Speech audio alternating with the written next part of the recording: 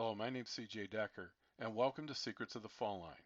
Visual reasoning is the ability to find a solution without the benefit of enough factors to create an equation.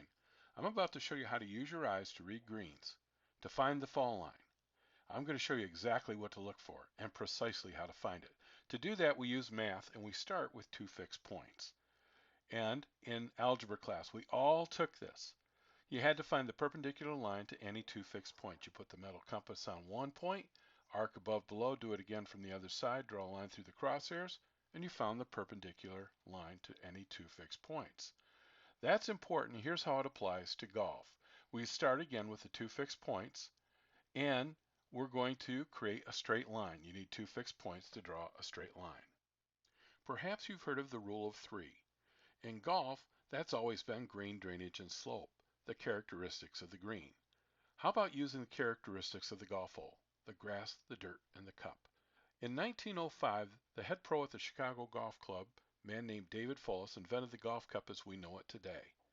You're about to find out that he is still teaching the game today. The first step in reading greens is to find the fall line. To do that, you use parallel to find perpendicular to create square.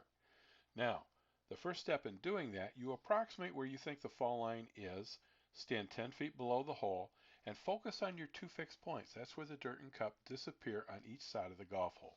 Now comes the cool part. I'm going to teach you how to make the golf hole move and why it's important. The first thing you do, take 2 steps to your left parallel to that line through the two fixed points.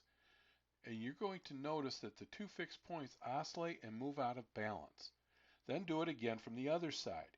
Take 2 steps to your right and watch the golf hole move out of balance in the opposite direction. Now this is a visual of how the golf holes are out of balance. To get it to be perpendicular, you have to shuffle back under the hole until those two fixed points become perpendicular to you, just like hanging a picture on the wall, but here you're the only moving piece on the green that I've got. So once you've discovered perpendicular and square, you've identified the point of origin, which leads to the fingerprint of every golf hole in the world, the X and Y axis. What I've just described literally only takes 5 or 6 seconds in real time. Finally, you're going to learn about the grid, its boundary lines and putting trajectories, the funnel effect that applies. The best part, you're going to get to use your own speed. You don't have to learn someone else's speed to make this system work.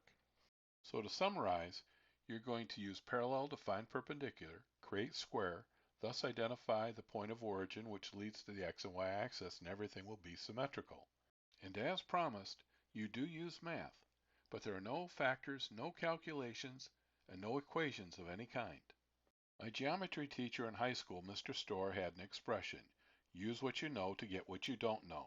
And we all know this because we all learned the same thing in math class.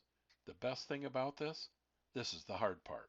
All of my video tutorials are free on YouTube. If you have gray hair like me and you want that hard copy in your hands, there's a link on my Facebook page that will take you directly to Amazon.